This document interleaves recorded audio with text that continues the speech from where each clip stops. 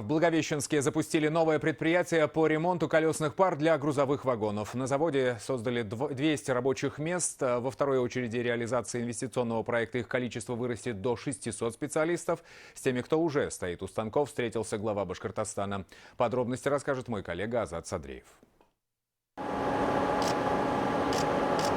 7 раз отмери, 1 раз отрежь, пришить, а в данном случае приварить заново деталь не получится. Поэтому и работа у токаря Александра Яндубаева, можно сказать, ювелирная.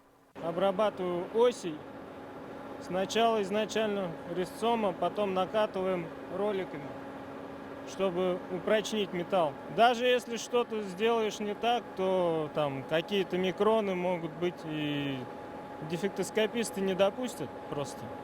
Сразу в брак отправляется ось на переплавку металла только. Инвестор в лице ведущей транспортной экспедиторской компании России Railgo выбрал Благовещенск для размещения своего сервисного предприятия не случайно. Привлекли статус ТАСС-Р и поддержка правительства. По просьбе Радия Хайбирова для рабочих создали максимально комфортные условия труда.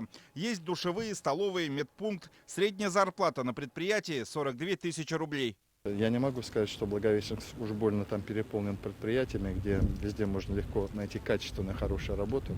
Не могу так сказать. Поэтому вот я думаю, да. И плюс еще, что хорошо, предприятие-то, казалось бы, ворочает такими огромными, такими, многотонными изделиями, но на самом деле это такое современное производство. И вот даже для обучения операторов, я разговаривал с директором завода, нужно пройти курс обучения 40 дней. Поэтому то есть и повышение квалификации будет, и все-таки это современная рабочая профессия. Соглашение об инвестиционных намерениях между Башкортостаном и компанией Railgo было подписано на Петербургском международном экономическом форуме. В день открытия предприятия Радий Хайбиров вместе с руководством компании принял участие в запуске станка по формированию колесной пары. Готовая продукция востребована многими крупными компаниями страны, поэтому спрос есть всегда.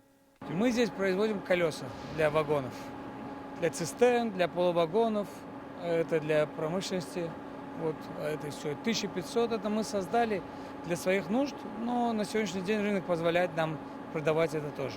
Для расширения и обновления парка железнодорожного подвижного состава, используемого для перевозок нефти и нефтепродуктов, компания приобрела более 8200 вагонов цистерн на 18 миллиардов рублей. Так что без работы сервисные предприятия простаивать не будет. В 2019 году компания перевела регистрацию в город Уфу и получила статус одного из основных налоговых резидентов республики. Предприятие уже реализовало проект по строительству колесной мастерской. На очереди открытие еще одного цеха по текущему ремонту вагонов. В ходе рабочего визита Радий Хайбиров встретился с сотрудниками завода и вручил почетные грамоты и благодарственные письма специалистам, работающим в промышленной сфере республики. Глава Башкортостана также отметил, что даже несмотря на сложную экономическую обстановку, правительство и дальше будет создавать новые рабочие места, открывать предприятия. Вирусы приходят и уходят, поэтому останавливать работу по улучшению благосостояния граждан не стоит. Азат Садреев, Артур Ханов, Ильшат Казакулов, Виктор Меренков. Новости. Благовещенск.